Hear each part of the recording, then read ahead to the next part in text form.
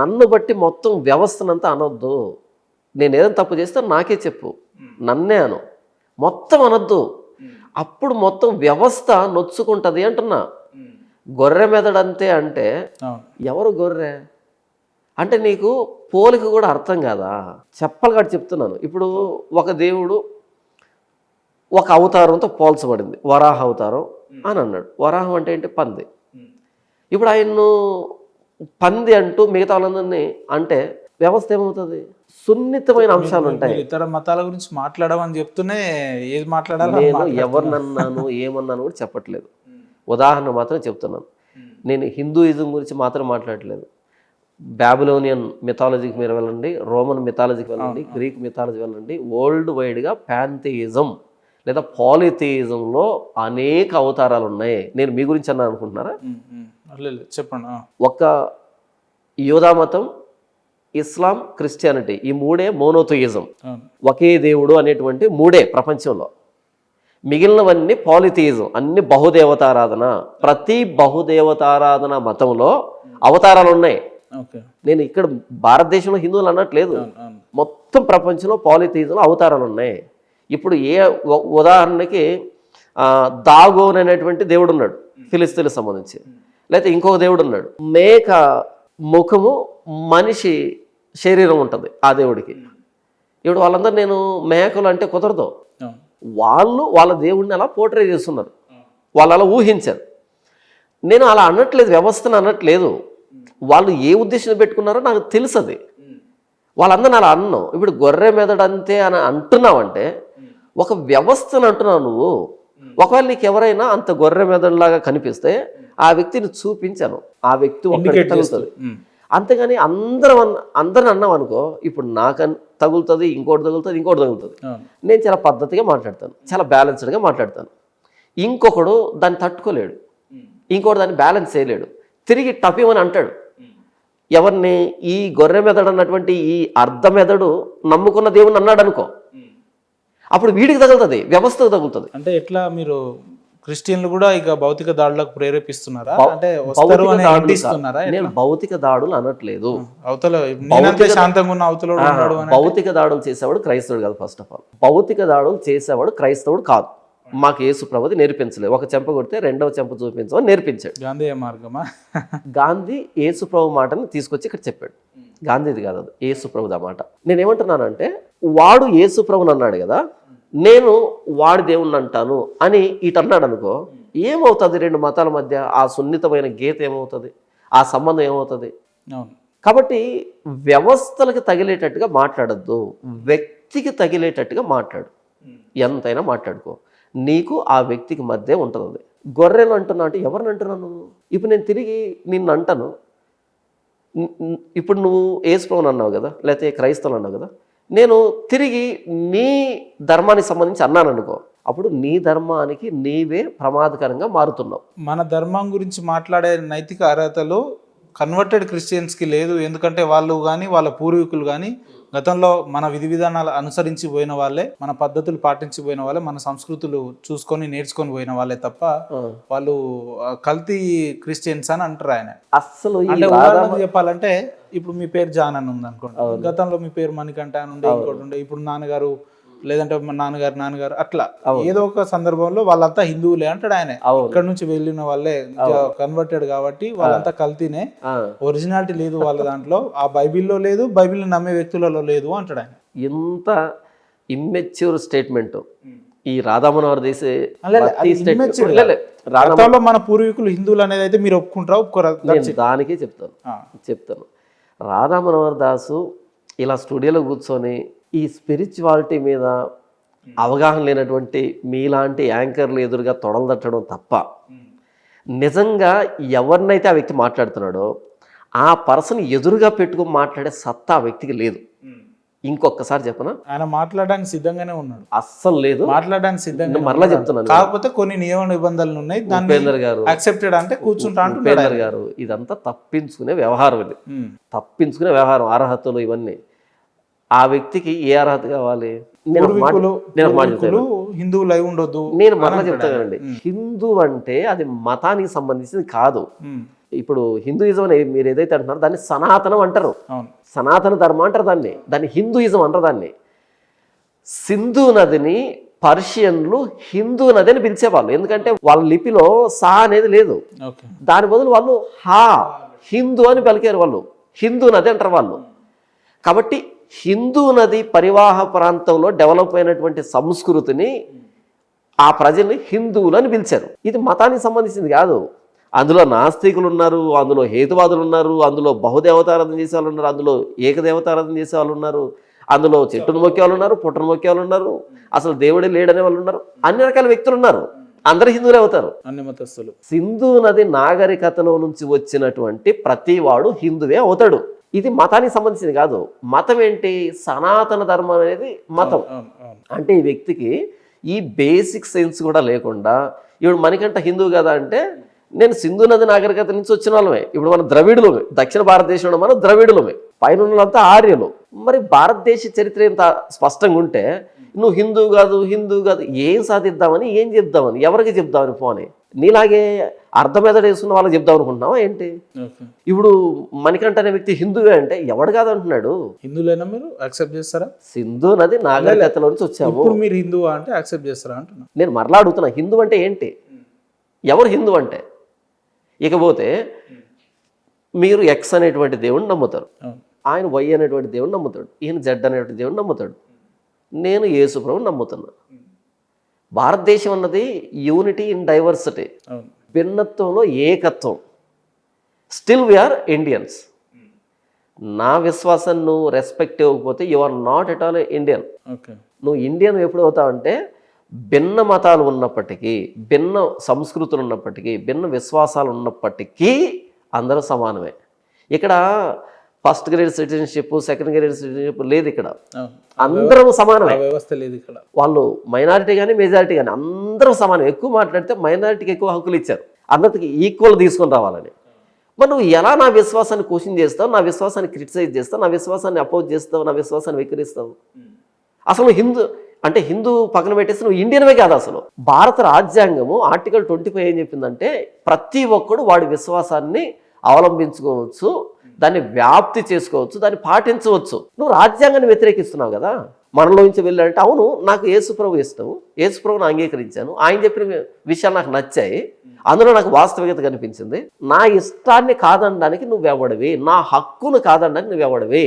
అసలు రైటే లేదు నీకు, నువ్వు ఏమంటారు హిందూ కాదు అని అంటే. మీరు మాట్లాడితేనేమో నేను ఇష్టాన్ని మార్చుకున్నాను మీరు అంటున్నారు. అవును, కానీ అది మత మార్పిడి అవుతుంది అని ఆయన అంటున్నాడు. మతం అంటే ఏంటి? ఓకే, మతం అంటే అభిమతం. అభిమతం అంటే అభిప్రాయం, విశ్వాసం, నమ్మకం, అంతే కదా.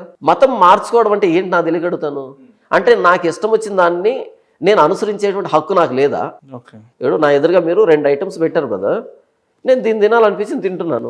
ఇది ఎందుకు తినలేదంటే మొత్తం 10 మంది ఇదే తింటున్నారు, ఇదే తినట్లేదంటే నా ఇష్టం. అబ్బా, పుర్రెకో బుద్ధి జెహోకో రుచి అనే ఒక సామెత ఉంది. నాకు ఇందులో వాస్తవికత కనిపించింది, నేను యేసుప్రభువుని అంగీకరిస్తున్నాను, ఆయన్ను అనుసరిస్తున్నాను. నిన్నేమైనా ఇబ్బంది పెట్టానా? నిన్నేమైనా అడిగానా పోని? లేదు. నా బైబిల్లో చెప్పమని ఉంది, మీరు సర్వలోకానికి వెళ్ళి సర్వ సృష్టికి వెళ్ళి సువార్త ప్రకటించండి, నమ్మి బాప్తీసం పొందిన రక్షింపబడతాడు, నమ్మని వానికి శిక్ష విధించబడుతుంది అని చెప్పబడింది. నా ఆజ్ఞ నేను పాటిస్తున్నాను, చెబుతున్నాను. ఇష్టం ఉంటే విను, లేకపోతే వద్దని చెప్పు. ఒకవేళ నీ గ్రంథంలో అది ఉందా నువ్వు కూడా చెప్పు. ఇప్పుడు నేను ఎక్కడికైనా వెళ్ళాను అనుకోండి, మొన్న శివశక్తి ఆఫీస్కి వెళ్ళాను.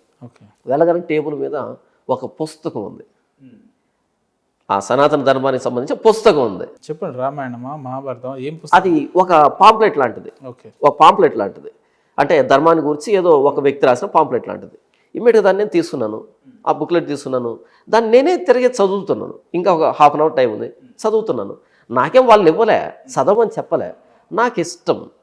ఇంతకు వీళ్ళు ఏమి నమ్ముతున్నారు, ఏమి రాశారు, ఇందులో ఏముంది? ఇప్పుడు నేను రోడ్డు మీద ప్రయాణం చేస్తున్నప్పుడు ఆపోజిట్ వెహికల్ ఏంటి తెలియకపోతే నేను సేఫ్టీ ఏమంటారు జాగ్రత్త తీసుకున్నామని కాదు. నాకు ఒక మార్క్ ఇచ్చాడు, నేను ఇలాగే వెళ్తాను కాదు, ఆపోజిట్లో వెహికల్ ఎలా వస్తుందో కూడా నేను చూడాలి కదా. అలాగే వీళ్ళు ఏమి నమ్ముతున్నారు, ఇందులో ఎంత వాస్తవికత ఉంది, వీళ్ళకి నేనేం చెప్పొచ్చు, లేదా వీళ్ళ దగ్గర నుంచి నేనేమి నేర్చుకోవచ్చు. ఇది కనీసం అబ్బా. అంతెందుకు నా కొడుకున్నాడు, వాడు 5వ తరగతి చదువుతున్నాడు. 5వ తరగతి చదువుతాడు. ఓకే. వాళ్ళ టీచర్ నాకు చెప్పినటువంటి విషయం ఏంటంటే, మీ పిల్లాడికి పుస్తకాలు చదవడం మహా ఇష్టం. ఓకే. ఎందుకు సార్ అని అంటే ఆయన ఏమన్నాడు అంటే, వాడికి ఏదైనా వర్క్ ఇస్తే ఆ వర్క్ని 10 to 20 మినిట్స్లో ఫినిష్ చేసేసి ఆ వెనకాల ర్యాక్స్లో ఉన్నటువంటి పుస్తకాలు ఉంటాయి కదా, ఆ పుస్తకాలు తెచ్చుకొని చదువుకుంటాడు అని అన్నాడు. వీడికి ఎవరు చెప్పాడు చదవమని? మిగతా పిల్లలు ఏంటి, వాళ్ళకి ఇచ్చిన టెక్స్ట్ బుకే చదువుతారు. వీడేంటి, వీటిని త్వరగా అయిపోజేసి అక్కడికి వెళ్ళి అవి తెచ్చుకొని చదువుతున్నాడు. అందులో భాగంగా నా దగ్గరకు వచ్చి కొన్ని క్వశ్చన్లు అడుగుతాడు. నాన్న, రాముడు ఎవరు, లేకపోతే కృష్ణుడు ఎవరు, లేకపోతే వాసుడు ఎవరు, వాల్మీకి ఎవరు అని అడుగుతున్నాడు. మరి నీకెలా తెలుసురేవంటే వాడు చదివాడు ఆ పుస్తకాల్లో. నేనే వాడిని ఖండించలే. ఏ రోజుకైనా వాడికి తెలియాలి మనం ఎక్కడ బ్రతుకుతున్నాం, మన చుట్టుపక్కల విశ్వాసాలు ఏంటి, మనం ఏమి నమ్ముతున్నాం, వాళ్ళు ఏమి నమ్ముతున్నారు, తేడాలు ఏంటి, ఏ రోజుకైనా నేను చెప్పాలి. ఈ రోజే వాడు అడిగాడు. నేను ఎంకరేజ్ చేస్తానబ్బా, నువ్వు విషయాన్ని తెలుసుకో. నాలెడ్జ్ అనేది ట్రాన్స్ఫర్ కావాలి. మీరేమి నమ్ముతున్నారో నాకు చెప్పకపోతే నాకు తెలియదు, నేనేమి నమ్ముతున్నానో నేను చెప్పకపోతే మీకు తెలియదు. బావిలో కప్పలాగా ఉంటున్నావా ఏంటి? ఇదో సనాతన ధర్మాన్ని పాటించే వాళ్ళు ఇక్కడే ఉండాలి, బైబిల్ చదవకూడదు, బైబిల్ చదివే వాళ్ళు ఇక్కడే ఉండాలి, దాన్ని చదవకూడదు. నేను చదవమని చెప్తున్నా తప్ప దాన్ని వెక్కిరించమని చెప్పట్లే. నాలెడ్జ్ అనేది ట్రాన్స్ఫర్ అవ్వాలి. ఇప్పుడు యేసు ప్రభువుని ఎందుకు నమ్మామంటే నా ఇష్టం, నేను చదివాను, నాకు అందులో వాస్తవికత కనిపించింది, నేను నమ్మాను. ఏం వాస్తవం కనిపించింది అన్న మీకు అందులో? ఏం వాస్తవికత కనిపించిందంటే, ఎందుకు మీరు చెబుతాను, కన్వర్ట్ అవ్వాల్సి వచ్చింది? బైబిల్ ఏం చెప్పిందంటే దేవుడు ఒక్కడే అని చెప్పింది. దేవుడు ఒక్కడే అని చెప్పింది. ఎవరు ఆ దేవుడు అంటే? ప్రభువైన యేసుక్రీస్తు.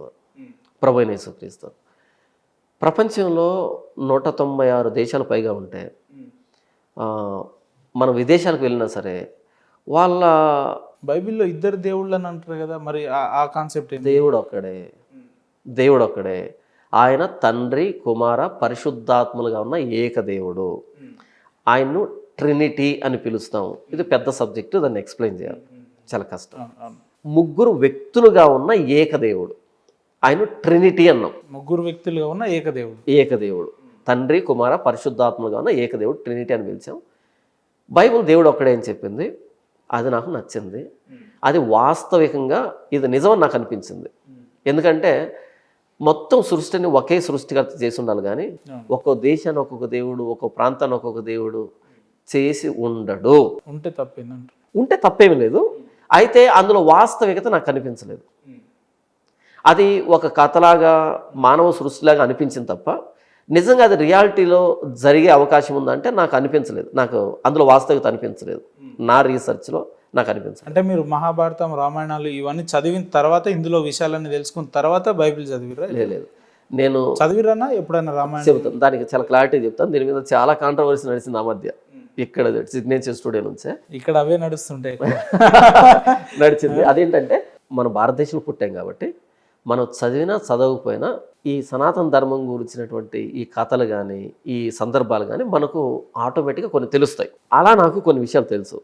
అయితే యేసు ప్రభువులోకి నేను వచ్చిన తర్వాత కొద్ది కాలానికి ఒక అనుమానం వచ్చింది. ఇంతకీ మిగిలినటువంటి పుస్తకాలు ఏం చెబుతున్నాయి? అది ఖురాన్ కావచ్చు, రామాయణం కావచ్చు, భారతం కావచ్చు, ఏం చెబుతున్నాయి ఇవి? బైబిల్కి వీటికి తేడా ఏంటి అనేటువంటి కోణంలో ఆలోచన వచ్చి కొద్ది కాలం వాటిని చదివాను. అలా వాటి మీద నాకు అవగాహన ఉంది.